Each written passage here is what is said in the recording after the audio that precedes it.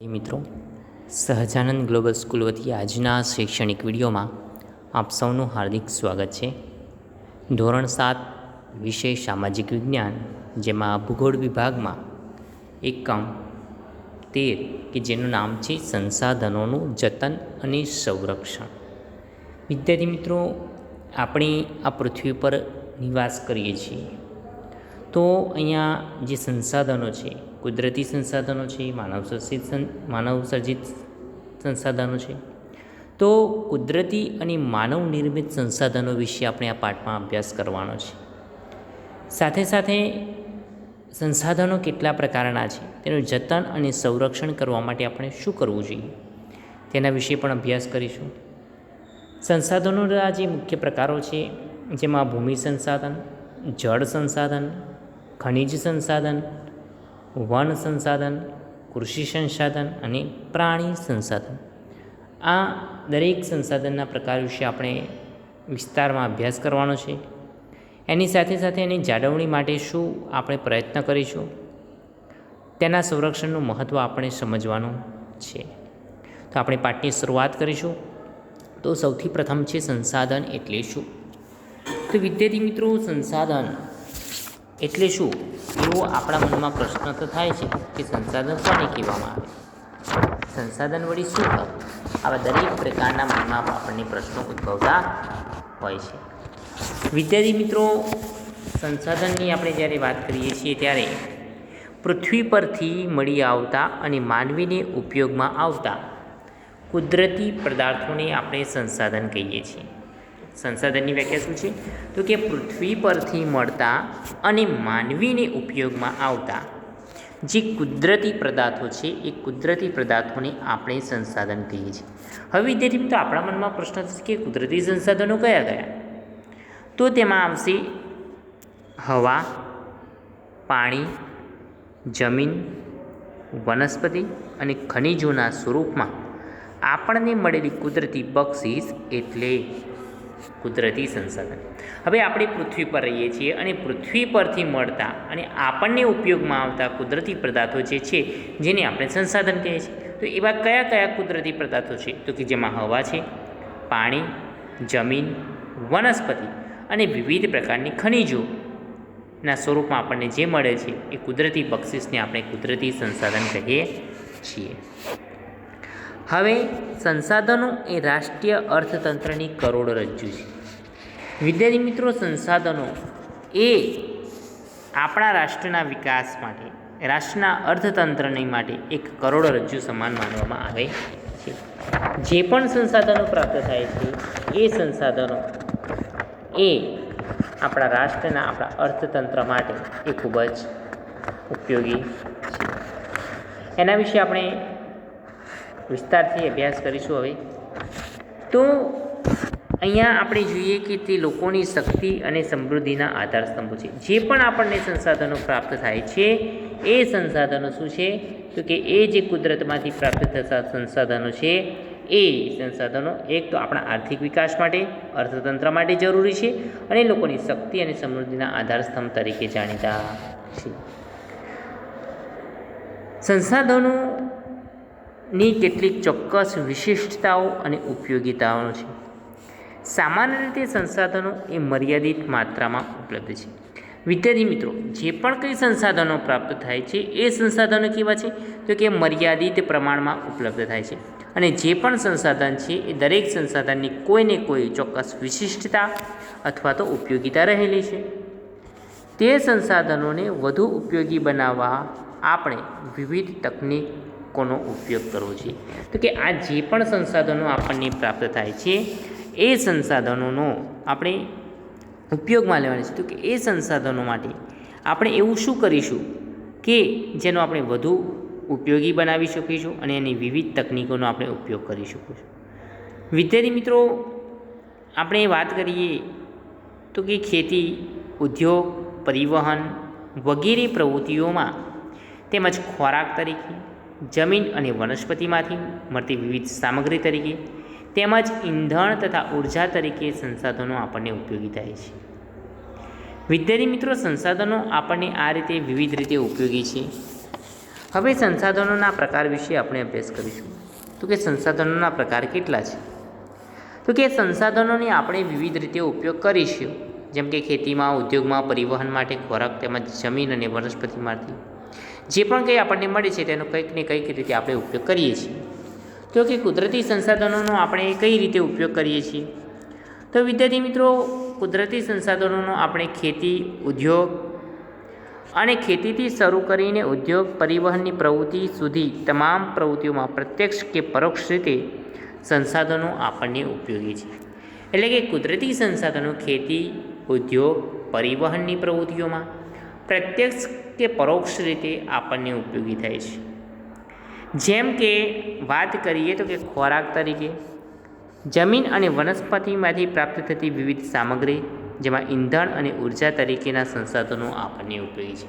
જે ખોરાક તરીકે આપણને સંસાધનોનો ઉપયોગ કરે છે, સાથે સાથે જમીન અને વનસ્પતિમાંથી જે મળતી વિવિધ સામગ્રી છે, તેમજ ઈંધણ માટે મળતા જે લાકડા છે, અને ઉર્જા તરીકે આપણે કુદરતી સંસાધનોનો કંઈક ને કંઈક દ્રષ્ટિએ આપણે તેનો ઉપયોગ કરતા હોઈએ છીએ.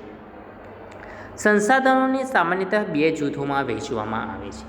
હવે કયા કયા બે જૂથ? તો પહેલું છે કુદરતી અને બીજું છે માનવ નિર્મિત. વિદ્યાર્થી મિત્રો, કુદરતી સંસાધનો અને બીજું છે માનવ નિર્મિત સંસાધનો, આ રીતે તેના બે વિભાગ પાડવામાં આવે છે. હવે જે પણ સંસાધનો છે એ સંસાધનોમાં કુદરત નિર્મિત અને માનવ નિર્મિત સંસાધનોની આપણે વાત કરી. તો કે કુદરતી સંસાધનોમાં શાનો સમાવેશ થાય છે? તો વિદ્યાર્થી મિત્રો, કુદરતી સંસાધનોમાં ભૂમિ, જળ, ખનિજો અને જંગલોના કુદરતી સંસાધનોમાં સમાવેશ થાય છે. હવે આ જે કુદરતી સંસાધનો છે એ સંસાધનોમાં ભૂમિ, જળ, ખનિજ અને જંગલોનો સમાવેશ થાય છે, અને એના પણ બે પ્રકાર પડે છે. તો કે કુદરતી સંસાધનોના પણ બે પેટા પ્રકાર પાડવામાં આવે છે. કયા કયા બે પેટા પ્રકાર છે? તો વિદ્યાર્થી મિત્રો, એ જે બે પ્રકાર છે એમાં વાત કરીશું તો કે જૈવિક અને અજૈવિક. કયા પ્રકાર છે? તો કે જૈવિક અને અજૈવિક. હવે જૈવિક પદાર્થોમાં કોનો સમાવેશ થશે અને અજૈવિક? તો સૌપ્રથમ વિદ્યાર્થી મિત્રો વાત કરીએ તો કે ભૂમિ, હવા, જળ અને જમીન આ અજૈવિક સંસાધનો છે. વિદ્યાર્થી મિત્રો, ખાસ આ મુદ્દા યાદ રાખવાના છે, પરીક્ષામાં ટૂંકા પ્રશ્નોમાં પણ પૂછાઈ શકે છે. તો કુદરતી અને માનવ નિર્મિત સંસાધન, એમાં કુદરતીમાં બે પ્રકાર છે, જૈવિક અને અજૈવિક. હવે અજૈવિકમાં તો કે ભૂમિ, હવા, જળ અને જમીન. જ્યારે જંગલો અને પ્રાણીઓ એ જૈવિક સંસાધનોમાં આવે છે. અજૈવિકમાં ભૂમિ, હવા, જળ બરાબર અને જમીન. જ્યારે જૈવિક સંસાધનોમાં આવશે જંગલો અને પ્રાણીઓ. તો આ રીતે આપણે તેની વિસ્તૃતમાં અભ્યાસ કર્યો છે. બરાબર. હવે વિદ્યાર્થી મિત્રો, આગળ આપણે જોઈશું તો કે માનવીએ સર્જેલા ઔદ્યોગિક એકમો છે, સ્મારકો છે, ચિત્રકળા છે, સામાજિક સંસ્થાઓ છે વગેરે માનવ નિર્મિત સંસાધનો છે. કુદરતી સંસાધનો વિશે જોયું. બરાબર. હવે માનવ નિર્મિત સંસાધનો શું છે? તો કે માનવ નિર્મિત સંસાધનોમાં કયાનો શાનો સમાવેશ થાય છે? તો કે માનવીએ સર્જેલા જે ઔદ્યોગિક એકમો છે, વિવિધ પ્રકારના સ્મારકો છે, ચિત્રકલા છે અને સામાજિક સંસ્થાઓ છે. તો કે માનવ નિર્મિત સંસાધનોમાં માનવીએ સર્જેલા ઔદ્યોગિક એકમો, ઇમારતો, સ્મારકો, ચિત્રકળા, સામાજિક સંસ્થાઓ વગેરેનો સમાવેશ થાય છે. આ ઉપરાંત માનવીમાં રહેલ જ્ઞાન, એટલે કે મનુષ્યમાં રહેલ જ્ઞાન, બુદ્ધિ, કૌશલ્ય, સ્વાસ્થ્ય અને અન્ય ગુણોનો સમાવેશ પણ માનવ સંસાધનોમાં થાય છે. આમ કુદરતી સંસાધનોનો વિકાસ માટે માનવ સંસાધન હોવું જરૂરી છે. શું કહે છે?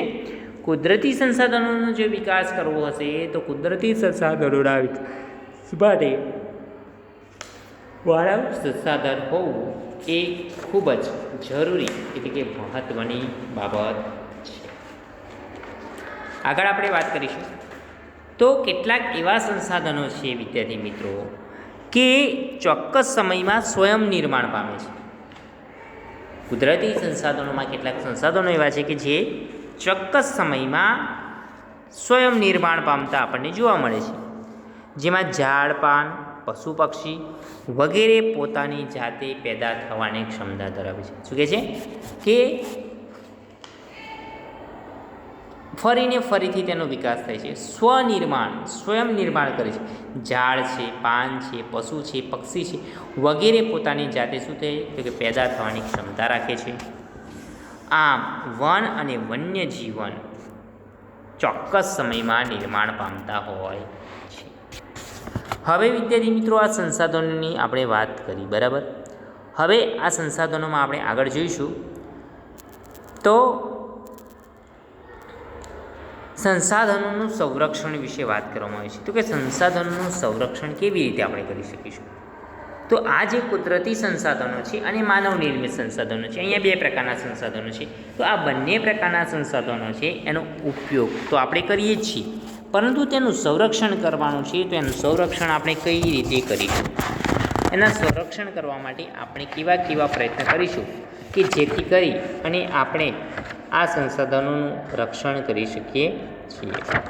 તો આપણે વાત કરીએ તો કે કુદરતી સંસાધનો એ મર્યાદિત છે. કેવા? તો કે મર્યાદિત છે, જ્યારે માનવીની જરૂરિયાતો અમર્યાદિત છે. વિદ્યાર્થી મિત્રો, વસ્તુ મર્યાદિત છે, પરંતુ એને વાપરનારા લોકો એમની જરૂરિયાતો કેવી છે? અમર્યાદિત છે.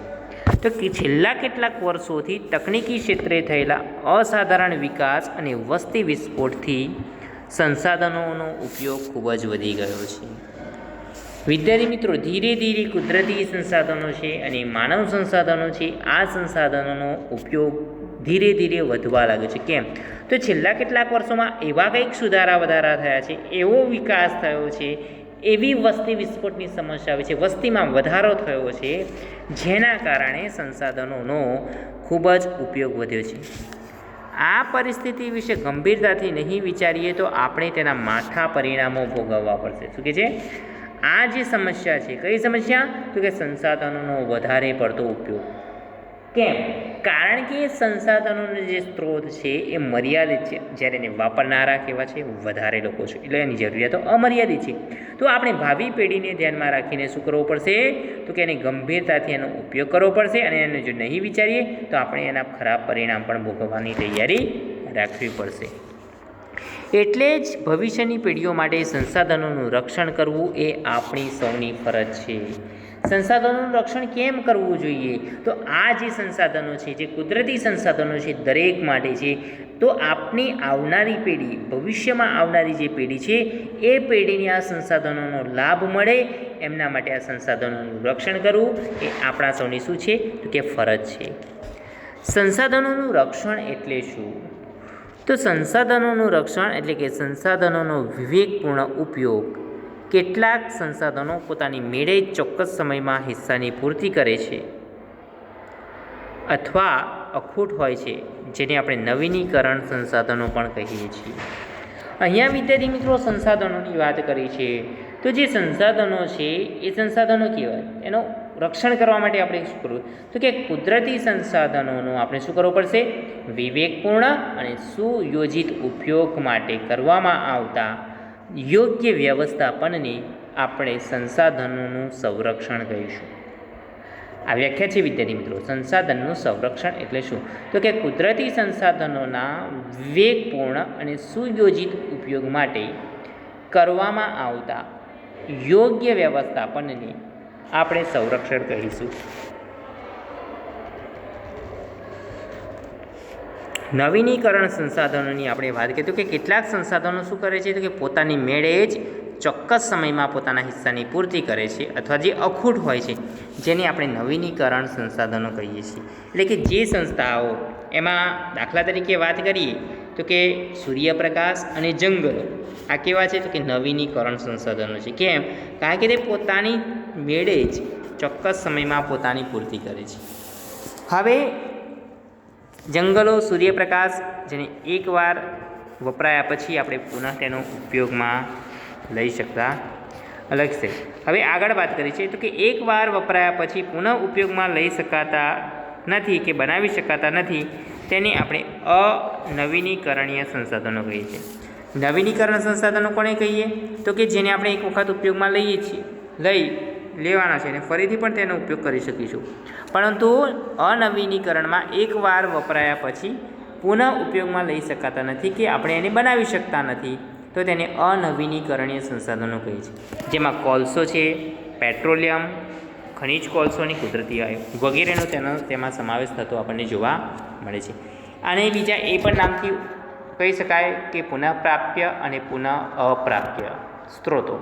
તો વિદ્યાર્થી મિત્રો, અહીં આપણે વાત કરી કે જે સંસાધનો પોતાની મેળે જ ચોક્કસ સમયમાં વપરાશી હિસ્સાની પૂર્તિ કરે છે અથવા તો તે અખૂટ હોય છે, જેને આપણે નવીનીકરણ સંસાધનો કહીએ છીએ, જેમાં સૂર્યપ્રકાશ અને જંગલો આવશે. જ્યારે અનવીનીકરણીય સંસાધનો કોને કહેવાય? તો કે જે સંસાધનો એકવાર વપરાયા ગયા પછી પુનઃપ્રાપ્ત થતા નથી કે તેને ઉત્પન્ન કરી શકાતા નથી, તેને આપણે અનવીનીકરણીય સંસાધનો કહેવાય છે, જેમાં ખનિજ તેલ આવશે, કુદરતી વાયુ આવશે, ખનિજ કોલસો આવશે. હવે વિદ્યાર્થી મિત્રો, આપણે સંસાધનો વિશે વાત કરી. સંસાધનોનો અર્થ એટલે શું, સંસાધનો કોને કહેવાય, સંશોધનના સંરક્ષણ વિશે વાત કરી. હવે આપણે આ વાત કરીશું કે સંસાધનના પ્રકારો. સંસાધન કયા કયા સંસાધનો છે? તો વિદ્યાર્થી મિત્રો, અહીંયા સંસાધનોમાં સૌથી પ્રથમ છે ભૂમિ સંસાધન, જળ સંસાધન, જંગલ સંસાધન, કૃષિ સંસાધન, પ્રાણી અથવા તો વન્યજીવ સંસાધન અને ખનિજ સંસાધન. આ ઉપરાંત માનવી પણ એક સ્વયં શું છે? સંસાધન છે. એટલે કે સંસાધનોની માલિકી, પુનઃપ્રાપ્યતા, વિતરણ ક્ષેત્રના આધારે પણ વર્ગીકૃત કરવામાં આવે છે. હવે આ દરેક 6 પ્રકાર વિશે આપણે વિસ્તૃતમાં અભ્યાસ કરવાનો છે. એમાં સૌથી પ્રથમ આપણે જોઈશું ભૂમિ સંસાધન. તો ભૂમિ સંસાધન કોને કહેવાય છે? તો કે આપણે જે ભૂમિ પર રહીએ છીએ, આપણે દરેક સજીવ એ ક્યાં રહે છે? તો કે ભૂમિ પર રહીએ છીએ, જમીન પર રહીએ છીએ. તો આ ભૂમિ સંસાધનની સમજતા પહેલાં આ ભૂમિ સંસાધનમાં ભૂમિ એટલે કે જમીનનું નિર્માણ કેવી રીતે થયું તેના વિશે આપણે સૌથી પ્રથમ સમજ મેળવીશું. હવે વિદ્યાર્થી મિત્રો, જમીનની જે વાત કરી છે, તો કે જમીનનું નિર્માણ કેવી રીતે થયું છે? તો કે સામાન્ય રીતે ભૂસપાટીનું ઉપલું પડ કે જેમાં વનસ્પતિ ઉગે છે, એટલે કે પૃથ્વીના પોપડા પરનું પાતળું જે પડ હોય છે કે જેના ઉપર શું ઉગે છે? વનસ્પતિ ઉગે છે, તેને આપણે જમીન કહીએ છીએ. આ છે જમીનની વ્યાખ્યા વિદ્યાર્થી. કે જમીન કોને કહેવાય? તો કે પૃથ્વીના પોપડા પરનું પાતળું પડ જે અનેક પ્રકારના બારીક કણોથી બનેલું હોય છે. આગળ લખ્યું છે કે જમીન પૃથ્વીના પોપડા પરના અનેકવિધ કણોથી એક પાતળું પડ હોય છે. ખડકોના નાના મોટા ટુકડા, કાંકરા, માટીની ધોજ કે જે અજૈવિક છે તેને રેગ લોહીય પણ કહીએ છીએ. તો વિદ્યાર્થી મિત્રો, પૃથ્વીના પોપડા પરનું પાતળું પડ કે જેના ઉપર વનસ્પતિ ઊંઘે છે એને અનેક પ્રકારના બારીક કણોથી બનેલું હોય છે, અને જેમાં ખડકોના નાના મોટા ટુકડા, કાંકરા, માટીની ધજ, ભેજ, હવા, પાણી વગેરે તત્વો ભળેલા હોય તેને આપણે જમીન કહીએ છીએ. હવે વિદ્યાર્થી મિત્રો, આજે ખડકોના નાના મોટા ટુકડા, કાંકરા અને માટીની ધજ કે જે અજૈવિક છે, જેને આપણે રેગોલિથ પણ કહીએ છીએ. હવે આ અજૈવિક પદાર્થોની વાત થઈ. હવે જૈવિક દ્રવ્યો કયા કહે છે? જૈવિક દ્રવ્યોમાં હવા અને પાણી ભળતા તે જમીન બને છે. એટલે કે અજૈવિક અને જૈવિક બંને પદાર્થો ભળતા તે શું થાય છે? તો તેની શું થાય છે? તો કે જમીન બને છે. ખેતીના સંદર્ભમાં કોઈપણ દેશોના આર્થિક વિકાસ તે દેશની જમીનની ગુણવત્તા અને પ્રકાર પર આધાર રાખે છે. તો વિદ્યાર્થી મિત્રો, ખેતીના સંદર્ભમાં જો વાત કરીએ તો ખેતીના સંદર્ભમાં દેશોનો જો આર્થિક વિકાસ થતો હોય તો તે શાના પર આધારિત છે? તો કે તે જમીનની ગુણવત્તા અને જમીનનો પ્રકાર કેવો છે તેના ઉપર આધાર રાખે છે. હવે આગળ જોઈશું. તો વિદ્યાર્થી મિત્રો, અહીંયા જમીનના પ્રકાર, તો કે ભારતીય કૃષિ સંશોધન પરિષદ કે જેને અંગ્રેજીમાં કહેવામાં આવે છે ICAR દ્વારા ભારતની જમીનને કુલ 8 પ્રકારોમાં વહેંચવામાં આવી છે. હવે આ 8 પ્રકાર કયા કયા છે તમે અહીંયા ચોપડીમાં જોઈ શકો છો તમારા પુસ્તકમાં, કે 8 પ્રકાર કયા કયા છે. તો કે ભારતીય કૃષિ સંશોધન પરિષદે જે 8 પ્રકાર પાડે છે, જેમાં પહેલું છે કાંપની જમીન, બીજું છે રાતી અથવા લાલ જમીન, ત્રીજું કાળી જમીન, ચોથું છે લેટેરાઇટ જમીન, પાંચમું છે રણ પ્રકારની જમીન, છઠ્ઠું છે પર્વતીય જમીન, સાતમું છે જંગલ પ્રકારની જમીન અને આઠમું છે દલ પ્રકારની જમીન. તો આ રીતે કૃષિ સંશોધન પરિષદ દ્વારા જમીનના કેટલા કે 8 પ્રકાર પાડવામાં આવ્યા છે. એ 8 પ્રકારોના નામ અહીંયા આપણને આપવામાં આવ્યા છે. હવે આ જે જમીન છે એ જમીનના સંરક્ષણ માટે કેવા પ્રયત્નો થાય છે? તો કે જમીનનું ધોવાણ અટકાવવા માટે કેવા પ્રયત્નો થઈ રહ્યા છે?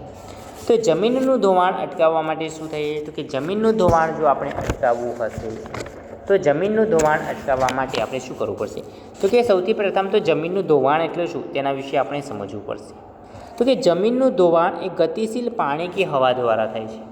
એટલે કે ગતિશીલ એટલે ખૂબ જ ઝડપથી હવા ફૂંકાતી હોય છે અથવા તો પાણી આવતું હોય છે, તેના દ્વારા જમીનનું ધોવાણ થતું હોય છે. જમીનના ઉપલા કણોનું ઝડપથી કુદરતી પરિબળો દ્વારા અન્યત્ર સ્થળાંતર થઈ જવું, જેને આપણે જમીનનું ધોવાણ કહીશું. તો કે જમીનનું ધોવાણ એટલે વહેતું પાણી અને પવન જેવા કુદરતી પરિબળો દ્વારા જમીનની માટીના કણોનું એક સ્થળેથી બીજા સ્થળે દૂર ઘસડાઈને જવું એટલે જમીનનું ધોવાણ. આવું થવાથી જમીન ખેતીની ઉપજમાં ઘટાડો થાય છે અને તેને આપણે અટકાવવું જોઈએ. તો વિદ્યાર્થી મિત્રો, આના કારણે શું થાય છે? તો કે જમીનની ફળદ્રુપતા ઘટે છે, જેના કારણે ખેતીની ઉપજમાં પણ ઘટાડો થાય છે, જેના કારણે આપણે શું કરવું જોઈએ? તો કે જમીનનું ધોવાણ થતું અટકાવવું જોઈએ. હવે વિદ્યાર્થી મિત્રો, આપણે જ્યારે અહીંયા જે જમીનના જે પ્રકાર છે એ જમીનના પ્રકારમાં આપણે વિવિધ પ્રકારો જે છે એ આપણે ક્લાસમાં રૂબરૂમાં આપણે સમજીશું કે જમીનના પ્રકારો અને એના જે નમૂના છે, માટીના નમૂના લાવી અને આપણે તેનો વિસ્તૃતમાં અભ્યાસ કરીશું ક્લાસમાં. આગળ છે કે જમીન ધોવાણ અટકાવવાના ઉપાયો. તો આપણે જમીનનું ધોવાણ અટકાવવું છે તો એ જમીનનું ધોવાણ અટકાવવા માટે આપણે કેવા પ્રકારના પ્રયત્નો કરીશું કે જેથી આપણે જમીનનું ધોવાણને અટકાવતો રોકી શકીશું. તો વિદ્યાર્થી મિત્રો, જમીનનું ધોવાણ અટકાવવા માટે સૌપ્રથમ તો શું કરવું? કે પડતર જમીનોમાં વૃક્ષોનું વાવેતર કરવું જોઈએ. જે પણ પડતર જમીન છે એ જમીનમાં વૃક્ષોનું વાવેતર કરો, અને વૃક્ષોનું વાવેતર કરીશું તો તેનાથી આપણે જમીનનું ધોવાણ અટકાવી શકીશું. જ્યાં ઢોળાવવાળી જમીન છે ત્યાં પગથિયા પદ્ધતિથી ખેતી કરવી જોઈએ. જે જમીન ઢોળાવવાળી છે, જ્યાં પાણી આવતા તૈયારીમાં જલ્દીથી સરકી જાય છે, એવી ઢોળાવવાળી જમીનમાં કઈ પદ્ધતિ? તો કે પગથિયા પદ્ધતિથી આપણે ખેતી કરવાની છે. બીજું, આળબંધ બાંધી અને પાણીનો સંગ્રહ કરીશું. જમીન પર ચરાણ પ્રવૃત્તિઓના નિયંત્રણમાં લેવી જોઈએ. જે ચરાણ પ્રવૃત્તિઓ છે એ પ્રવૃત્તિને આપણે નિયંત્રણમાં રાખીશું. તો વિદ્યાર્થી મિત્રો, આ રીતે જમીનનું ધોવાણ આપણે અટકાવી શકીશું. આગળનો મુદ્દો છે કે જમીન ભૂમિ સંરક્ષણ શું છે? તો વિદ્યાર્થી મિત્રો, ભૂમિ સંરક્ષણ એટલે કે જમીનનું ધોવાણ રોકી અને જમીનની ગુણવત્તા જાળવવી. ભૂમિ સંરક્ષણ એટલે કે જમીનનું ધોવાણ અટકાવીને જમીનની ગુણવત્તાને જાળવવી. તો આના માટે આપણે કેવા પ્રયત્ન કરી શકીશું? તો કે ભૂમિનું સંરક્ષણ છે એ ભૂમિના સંરક્ષણ માટે આપણે કેવા ઉપાયોને કરી શકીશું? તો વિદ્યાર્થી મિત્રો, આ માટે આપણે સૌપ્રથમ તો શું કરવું પડે? તો કે નદીના કોતરો અને પહાડી ઢોળાવો પર વૃક્ષો ઉછેરવા જોઈએ. તો વિદ્યાર્થી મિત્રો, નદીના જે કોતરો છે, નદીના કિનારે આવેલા જે કોતરો છે, ઊંડી ખીણો છે અથવા તો પહાડી ઢોળાવો છે, તેના પર સૌપ્રથમ તો વૃક્ષો ઉછેરવા જોઈએ. બીજું છે, રણની નજીકના ક્ષેત્રોમાં વાતા પવનોને રોકવા જોઈએ. અને તેના માટે શું કરવું પડશે? તો કે રણની ધાર પર મોટા વૃક્ષોને હારબંધ ઉગાડવા જોઈએ. રણ નજીકના જે ક્ષેત્રો છે, ક્ષેત્રોમાં પવન ફૂંકાય છે, તો પવનની ફૂંકાઈ સાથે ઘણા માટી અને માટીના કણો તેની સાથે જતા હોય છે. તો આ પવનોને રોકવા માટે શું કરવું પડશે? તો કે વૃક્ષોની હારબંધ એટલે કે હારબંધ વૃક્ષો ઉગાડવા પડશે. આગળ, અનિયંત્રિત ચરણને અટકાવવું જોઈએ. પશુઓ દ્વારા અતિચરણને આપણે નિયંત્રણ કરવું જોઈએ. ફળદ્રુપતા ગુમાવી બેઠેલી જમીનની પુનઃ સેન્દ્રિય પદાર્થનું ઉમેરણ કરવું જોઈએ. એટલે કે ફળદ્રુપતા ગુમાવી બેઠેલી જમીન છે એ જમીનમાં ફરીથી આપણે સેન્દ્રિય તત્વો ઉમેરવા પડશે. આમાં સૌએ સાથે મળી અને સહિયારા પ્રયાસ કરવા જોઈએ. તો કે આપણે દરેક જણ એક સાથે મળી અને શું કરવું પડશે? આ ભૂમિ સંરક્ષણ માટે આપણે પ્રયત્ન કરીશું તો જ આપણને તેમાં સફળતા પ્રાપ્ત થશે. વિદ્યાર્થી મિત્રો, અહીંયા આપણે એક પ્રવૃત્તિ આપેલી છે કે વિવિધ પ્રકારની જમીનના નમૂના એકત્ર કરી તેનું પ્રદર્શન કરો. તો વિદ્યાર્થી મિત્રો, આપણે વર્ગખંડમાં આ પ્રવૃત્તિ વિશે આપણે વિસ્તૃત અભ્યાસ કરીશું અને આપણે જમીનના નમૂના લાવી અને આપણે પ્રત્યક્ષ રીતે તેનો સમજ મેળવીશું. હવે વિદ્યાર્થી મિત્રો, આપણે આ પાઠ 13 કે જેનું નામ છે સંસાધનોનું જતન અને સંરક્ષણ, એનો આજે આ ભાગ 1 છે. ભાગ 1માં આપણે જે અભ્યાસ કર્યો છે, જેમાં સૌપ્રથમ આપણે સંસાધન એટલે શું, સંસાધનોના અર્થ વિશે આપણે અભ્યાસ કર્યો. ત્યારબાદ જે સંસાધનો છે, સંસાધનોમાં જે 2 પ્રકાર છે, કુદરત નિર્મિત સંસાધન, માનવ સર્જિત નિર્મિત સંસાધન. બરાબર, એ સંસાધનોમાં પણ આપણે જૈવિક અને અજૈવિક વિશે વાત કરી હતી. જે સંસાધનો છે એમાં નવીનીકરણ એ સંસાધનો અને અનવીનીકરણીય સંસાધનો વિશે પણ અભ્યાસ કર્યો. ત્યારબાદ સંસાધનોના સંરક્ષણ માટે કેવા પ્રયત્નો કરવા જોઈએ તેના વિશે આપણે વિસ્તૃતમાં અભ્યાસ કર્યો. ત્યારબાદ સંસાધનોના જે પ્રકાર છે, જેમાં ભૂમિ સંસાધન, જળ સંસાધન, ખનિજ સંસાધન, વન સંસાધન, કૃષિ સંસાધન અને પ્રાણી સંસાધનના પ્રકારો છે, જેમાં આપણે આજના વિડીયોમાં સૌથી પ્રથમ સંસાધન ભૂમિ સંસાધન વિશે અભ્યાસ કર્યો છે, જેમાં આપણે જમીનના પ્રકાર, જમીનનું ધોવાણ અને તેનું સંરક્ષણ કઈ રીતે થાય છે, જમીનનું ધોવાણ અટકાવવાના ઉપાયો, ત્યારબાદ ભૂમિ સંરક્ષણના ઉપાયો, તેના વિશે આજના વિડીયોમાં આપણે અભ્યાસ કર્યો છે. તો આજના ભાગ 1માં આપણે આટલે સુધી અભ્યાસ કરવાનો છે. બાકીના જે સંસાધનના પ્રકાર છે એનો અભ્યાસ આપણે ભાગ 2માં કરીશું. વિદ્યાર્થી મિત્રો, આજના વિડીયોને તમારે ધ્યાનપૂર્વક સાંભળવાનું છે અને સમજવાનું છે. સાથે સાથે આમાં જે ટૂંકા પ્રશ્નો આપેલા છે તેને તૈયાર પણ કરવાના છે. સાથે સાથે પાઠ્યપુસ્તકમાં આપેલ પાઠને પણ તમારે વિગતે વાંચવાનું છે કે જેથી તમે જલ્દીથી સમજ પડે. તો વિદ્યાર્થી મિત્રો, આજનો આ વિડીયો અહીંયા આપણે પૂર્ણ કરીએ છીએ. દરેક વિદ્યાર્થી મિત્રને જય હિન્દ, જય ભારત.